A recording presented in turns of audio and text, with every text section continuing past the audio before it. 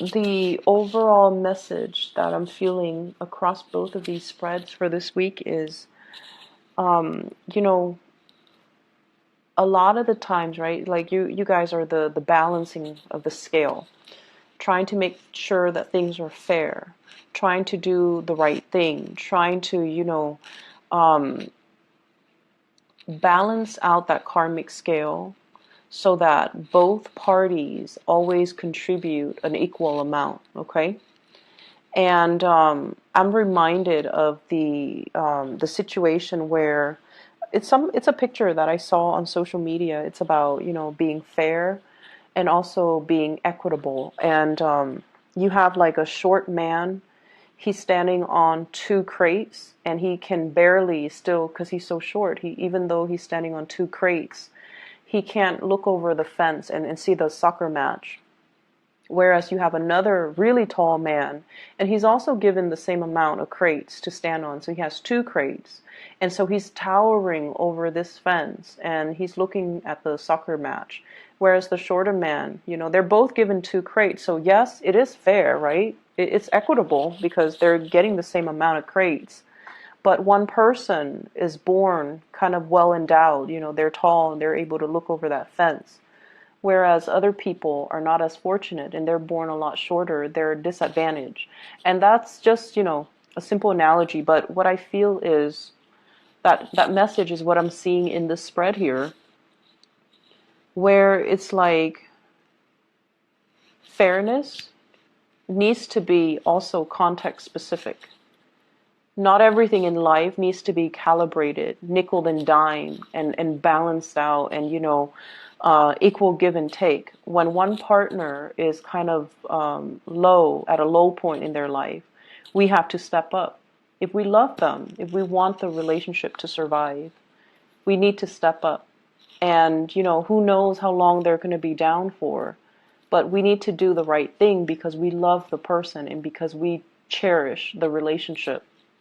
And likewise, when you're down in the dumps, they're going to have to step up too, and they might not know how long it's going to be. And it's these moments where the balancing scale, when the scales are off or the scales are off kilter, that's when we really understand and truly see how the other person treats us. And that's what really dictates, whether or not they really love us.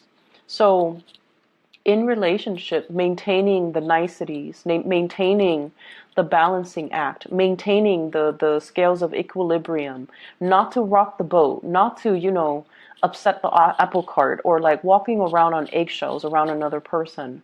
All of these things are kind of, they're just the veneer. They're just like the superficial things that we do to maintain a very balanced relationship. But the tipping point, the sore spots, it's when the trouble begins. It's when people are put under pressure. That's when we know what people are all about, and that's when we, or even you Libras, know what you're all about. Are you willing to rough it out, or do you run at the first sign of trouble? So I feel like this is the week where you have to kind of examine the deeper motives, okay, and your deeper intentions. And this is the week where you're going to have to kind of look at yourself in a way that you might not have had the courage to do before. And I feel like a lot of the courage is stems from the fact that you want to maintain the peace. You're not a conflictual type of a person, but it's when you're put under pressure, opposition, that's when you really know who you are. So I feel like I'm inclined to say, do you really know who you are? Do you really know who you're dealing with? Do you really know who your partner is? Do you know what they're capable of? Do you know and understand the people around you who's really there for you when the going gets rough, when you're put under pressure? Who is able to come to your defense? Who is able to stick with you through thick and thin? These are the things that you need to, or these are the things and the people that you need to treasure and to value. The rest of it is just the veneer, it's just the facade, it's just the social niceties, the airs that people put on. But at the end of the day, it's like, it's all fake, pretty much. Okay? So that is what I'm seeing across both of these spreads. And I feel like it's coming out here in the spiritual advice a lot more than the love reading, thank God. But I feel like these are things that we're going to have to examine, not only for this week, because I feel like the energy is going to permeate all throughout your birthday time. And, birthday time is when we get a lot of contact, a lot of invites, a lot of communication from other people. So who's really reaching out? Who's really there? Who really remembers? I feel like that's going to be a test of how much you mean to them. And that's going to be a test of, who really values you and who really is valuable to you. Okay? So let's talk about your relationship sector first. I feel like you're dealing with somebody who's showing you a different side of yourself. Okay, so like, it's not going to be as balanced as you hoped, okay? Because this person is injecting a grander vision into the picture. This person is not just about, hey, it's me and you happily ever after. This person has dreams and aspirations that are a lot bigger than you or them. And I also feel like they're willing to forgo a relationship if it doesn't meet their ideals. And then also they're willing to forgo a relationship if life is calling. And the person you're dealing with here, I have here the Queen of Swords. And the Queen of Swords, this fell out for, I believe, Taurus. So if you have Taurus in your chart, if you're dealing with a Taurus, you might want to, take a look at this, okay? If you're dealing with a Taurus, if you have Taurus, moon, sun, or rising in your own chart, their reading might be pertinent as well. It might help you understand things from another person's perspective. You don't have trouble doing that, but I feel like it might be meaningful. Anyways, we have here an air sign, an Aquarius, a Gemini, or a Libra, such as yourself. However, I mentioned before, I feel like you guys, especially the Libra moons, you guys love, love, love your pinks. And I have this card that represents you. I might actually talk about this first so that you can see the contrast. So this is your energy, the Eight of Cups. This is walking away from a situation that is not balanced, a situation that you've invested a lot of time, resources, energy into, a lot of work into as well. And at this point, you're tired. Emotionally, you're overtaxed. And you feel like, oh my gosh, I've wasted so much time. It's been really hard for you to disengage, mainly because you're like, I've invested a lot of time and I'm not going to be able to recoup my loss.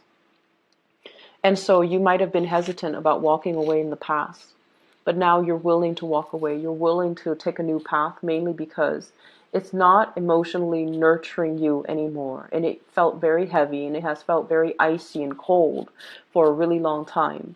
So, you put on the veneer that like everything is rosy, right? That pink, everything is rosy, everything is peachy. However, internally in your hearts of hearts, I don't feel like you can deny the fact that your heart is not in it anymore. It's taxing and it's not liberating and it's unbalanced and it's not reciprocal. And so many of you have chosen to walk away from a situation, or emotionally you have walked out of a situation. And I feel like you're looking towards somebody else here, okay? Somebody is bringing something into your life. They're showing you a different perspective.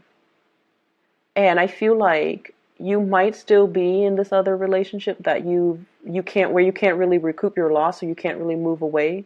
There might be children. And you might have also wondered, like, I can't leave because, there might not be other people, other suitors, other opportunities for me until this person comes into the picture. And this person is everything that you've wanted. They're blue. You're very pink. So I feel like there might be gender role reversal, okay? And that's just the stereotypical, color coding that I'm using, but I do feel there's an element here. This is a female energy, and yet her demeanor is very, very strategic, very icy. So she's not a warm, cuddly type of a person. However, she's very intelligent. So it could be a male or a female, but their energy is that they're not, typically warm and cuddly and welcoming and things like that. However, this person is very highly activated on the crown chakra. They have a lot of insights, a lot of wisdom. They can see through people.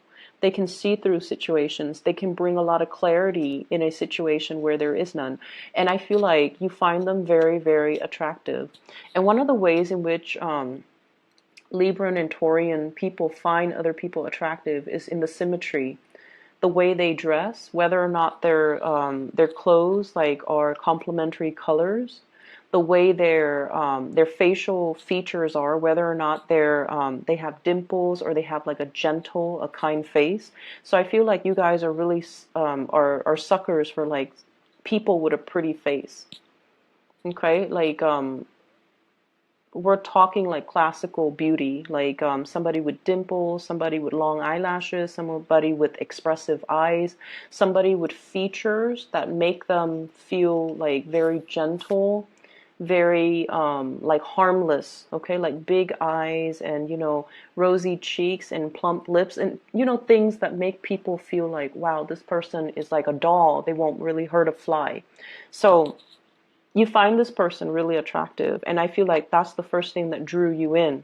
You found them very, very attractive, very physically, aesthetically pleasing to look at. And when you got to know them, you might find this aloofness, this icy demeanor about them quite fascinating, mainly because it's not emotionally draining on you, mainly because they don't demand a lot from you. And so many of you might be in one relationship where you're like looking for a way out, and you've been thinking about it for quite some time, but you stuck around. And I feel like this person is like a breath of fresh air into your life, and you're kind of starstruck, but you're just like, maybe I can have both. Like I see this element about weighing out the pros and cons, and at the end of the day, you've concluded, maybe I don't have to forego one to have the other. Maybe I can do both because this person doesn't seem like they're emotionally needy. So I can put my emotional needs here and just, have this person in whatever way I can, because they're not going to make demands of me. And I feel like at first it was like that. However, you became attached to the other person. They're like this, very aloof. They can take care of themselves. They're independent. They don't really need another person. But I feel like what you started developing was the Two of Cups. This is a friendship. This is like a very deep spiritual bond between you and another person. This is like two people who are very like-minded. The communication flows really, really well between the two people. It's the foundation of friendship, and it allowed the two of you to approach one another in a very honest, in a very unguarded type of a manner. And I feel like you have developed feelings for this person. You didn't think it was going to happen like that. You thought, you could handle the disconnection, I guess. But then the other person draws you in, and then you end up at this Two of Cups phase where you feel like this person is my kindred soul. They really, really, really get me.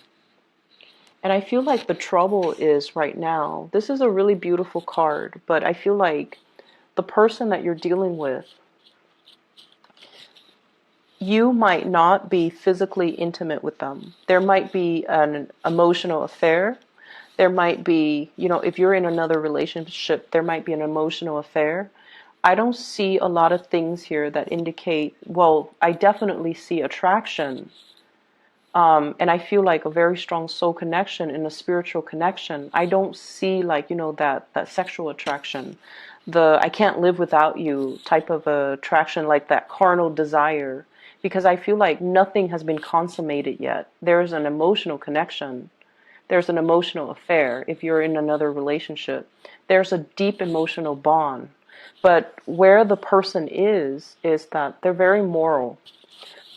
They will not stray from their morality, okay? So like, I feel like it's somebody that's, you know, kind of like no sex before marriage, okay? So it could play out in that way. Or I can't be with you if you're married to somebody else. Or I can't be with someone I don't love. Or they could just be like, they could be waiting as well for you to finish up things from your end, whatever that means, before they can get involved with you. But if they want to get involved with you, I feel like it's going to have to be all or nothing, because this person wouldn't want any less. They want all of you or none of you. Okay? So that's where you're at with this person right here. And this person, they're linked up with the star and the world. So you're dealing with someone who might be very, very popular. They might have fame and some type of, they might have fame, they might have, they might be a world traveler, there might be an element of people coming from different countries, somebody that travels a lot, or somebody that belongs to a different world. Like they're just, you know, culturally different from you. And the star in the world basically means they are waiting on a higher calling. They're waiting on for their life to begin. They're waiting for opportunities to travel. They're waiting for opportunities to kind of move away, pursue their life, or allow their lives to start. So I feel like at a moment's notice, they're going to be on their way out. They're going to be seeking other opportunities. So there's somebody here that you definitely have a very strong connection with, but it seems like you're tied up in something else. You're not able to give them whatever it is that they want, or whatever it is that you want from them, to solidify a really strong relationship. And the feelings are definitely mutual. You know, with this Two of Cups, it's a soulmate connection. It's a very strong spiritual bond. But I feel like if you don't recognize it for what it is, it's going to slip away. And soulmate connections, they come in they're not rare per se, but I feel like there's a time and a place for it. And the soulmate connection can also run its course too. There's a time and a place for that as well.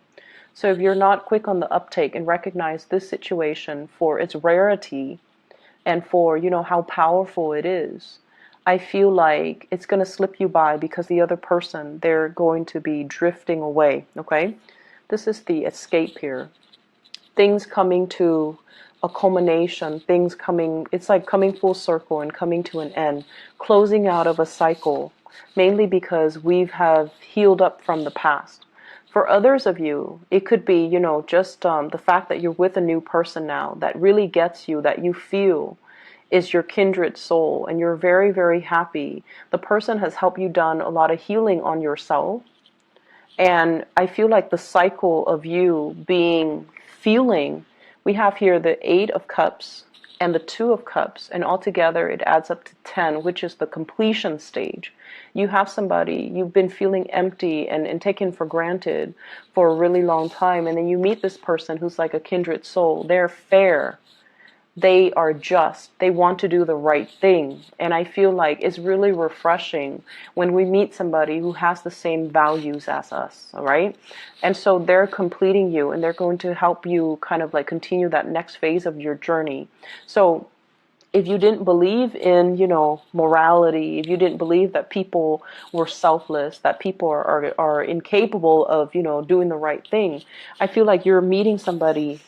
You might have met somebody already, or for this week at least, you're meeting with somebody that has these high ideals and aspirations and dreams and goals and sense of morality and that moral compass, and also the same values that you espouse. And as a result of it, it's going to feel like, wow, this person gets me. This is what I've been missing all along. And it took this person to come into the picture for me to believe in it again. And for me to feel like I'm normal. I'm not the weird one. just because everyone around me, lost faith in it.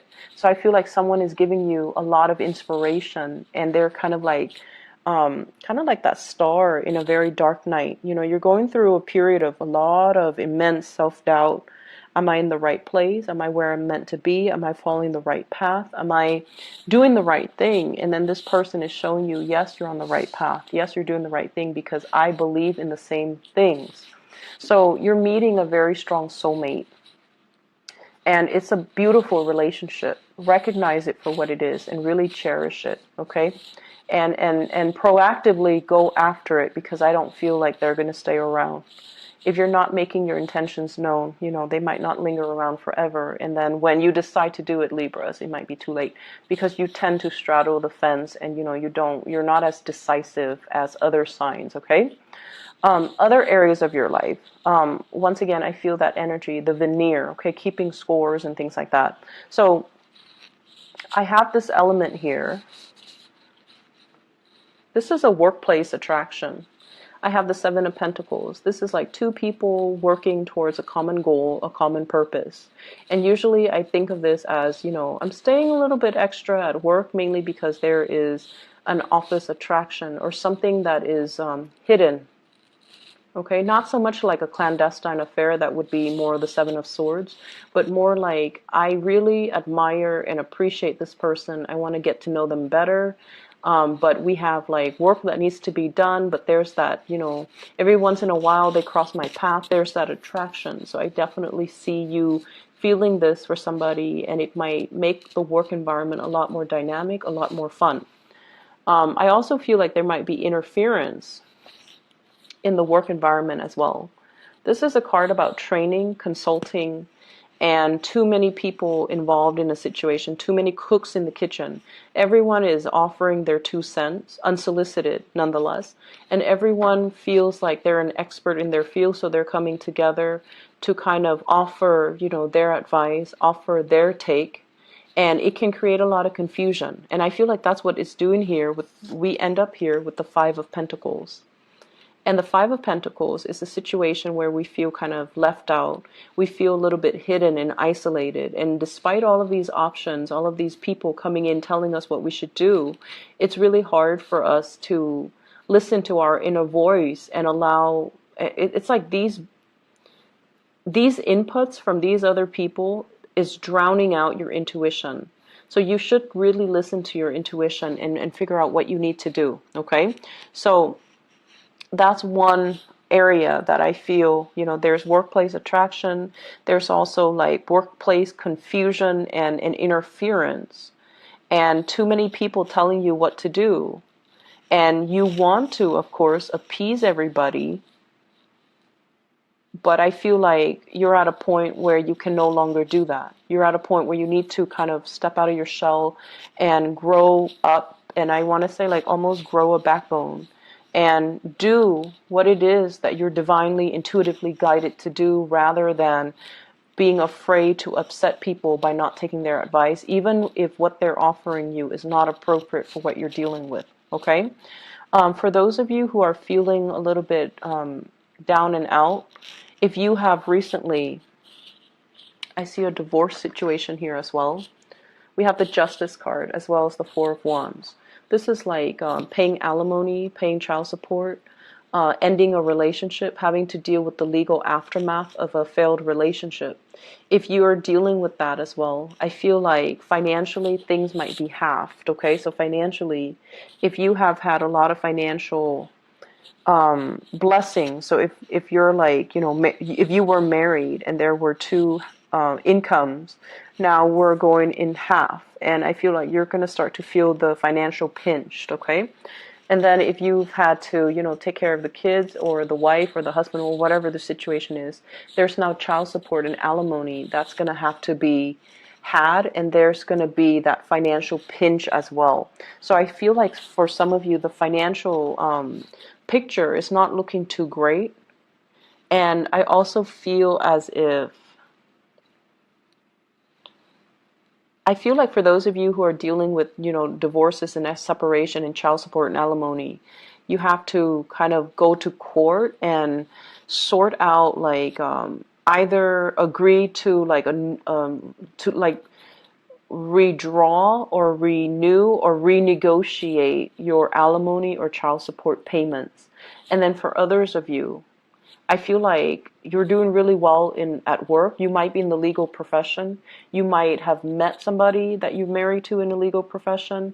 You might now be meeting somebody in the legal profession, and you guys really hit it off. And I feel like, it's a really great career for you to stay in. You're consulting, or other people are consulting you, and so you're doing a lot of training in that arena. But I definitely feel like there is this sense of meeting somebody that you really, really love on a soul level. You recognize each other. It's like upon the first time that you meet, you understand this sense of your soul recognizes one another. Okay, I'm gonna leave it at that for you, Libras. Take care of yourself, and I'll be back next week. Okay,